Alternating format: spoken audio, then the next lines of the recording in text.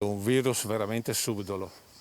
Purtroppo sì, si è manifestato da noi l'altro ieri in una situazione che eravamo convinti ormai andasse scemando e noi e tutti gli operatori stavamo un po' tranquilli pur tenendo sempre la guardia alta. Un virus subdolo, per un focolaio scoperto solo per l'ulteriore puntiglio di fare 2 tamponi dopo l'arrivo di un nuovo ospite, al quale avevano già fatto precedentemente altri 2 tamponi, tutti risultati negativi. Quindi al quinto controllo la persona è risultata positiva, peraltro senza sintomi.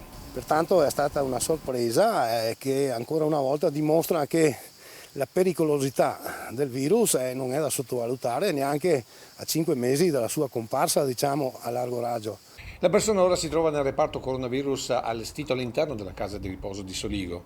Abbiamo applicato tutti i protocolli inerenti a una situazione del genere.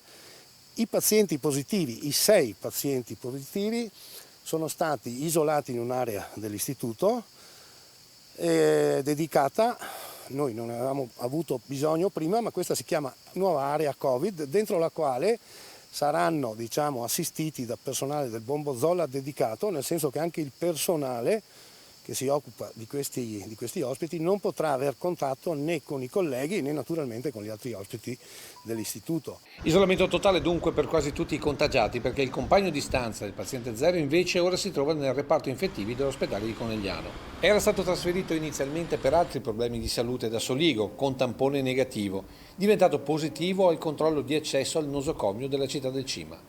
Con questi dati e soprattutto con l'estrema incertezza su possibili nuovi contagi, la direzione della casa di riposo ha deciso di tornare a limitare il contatto tra ospiti e familiari. Ai cittadini e anche ai parenti diciamo che si tranquillizzino, che la situazione è sotto controllo e che purtroppo dobbiamo limitare, anzi evitare gli ingressi e anche le visite dei familiari. Quindi si ripeterà con le videochiamate. Ecco, le videochiamate saranno l'opportunità che rimane per poter avere un minimo di comunicazione tra i familiari e gli ospiti. Lei sa quanto durerà ancora, questa chiusura? Magari lo sapessi.